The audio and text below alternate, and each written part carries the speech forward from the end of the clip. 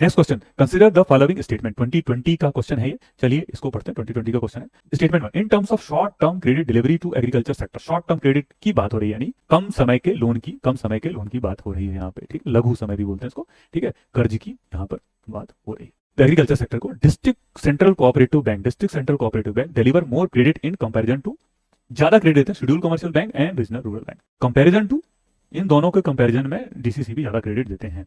अब आपको पता होगा कि इंडिया का जो बैंकिंग सेक्टर है उसमें कमर्शियल बैंक और बहुत बड़ा साइज है इनका compare to your cooperative bank. The size of the assets, although banks बहुत सारे होते हैं कोऑपरेटिव, लेकिन जो साइज है कमर्शियल बैंक का बहुत बड़ा है। इसमें बहुत बड़े प्राइवेट सेक्टर बैंक हैं, इसमें बहुत बड़े पब्लिक सेक्टर बैंक हैं। तो इवन इफ आपको इसका प्रिसाइज आइडिया नहीं है, और वो बहुत डिफिकल्ट है, बिकॉज कौन ज्यादा देता है कौन कम देता है आप इतना डिटेल में जाके नहीं पढ़ते हैं। But given that commercial bank include PSB, public sector bank and private bank, right.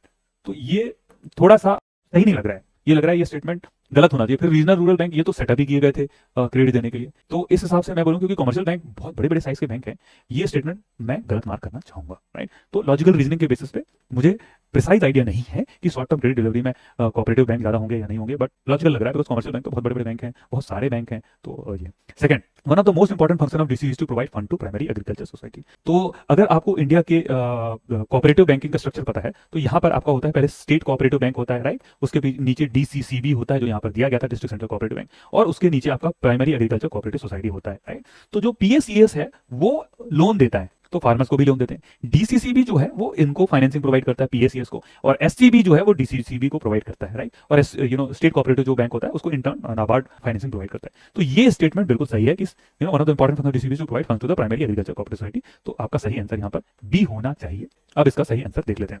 तो statement 1 is not correct according to report of RBI in 2016-17 the schedule commercial bank contributed major share 78-80%। तो schedule commercial bank, मैंने आपको बोला था कि commercial bank, private bank, public sector are huge in size, ये idea आपको वैसे भी है और मुझे भी है। तो 70-80% तो यही देते हैं in agriculture and right credit. Cooperative institution also play significant role in extending agriculture credit. तो कोऑपरेटिव इंस्टीट्यूशन भी इंपॉर्टेंट रोल अपना यहाँ पर प्ले कर रहे हैं and credit, and the share of cooperative bank institution put together constitute 15 to 16%। तो काफी छोटा है compare to look at this 78-80%। RRB contribute remaining 5%। तो आरआरबी 5% है, आप इसको एक जनरल आइडिया रख सकते हैं, और मुझे नहीं लगता ये अभी भी ज्यादा चेंज होगा, मोर लेस सेम होगा।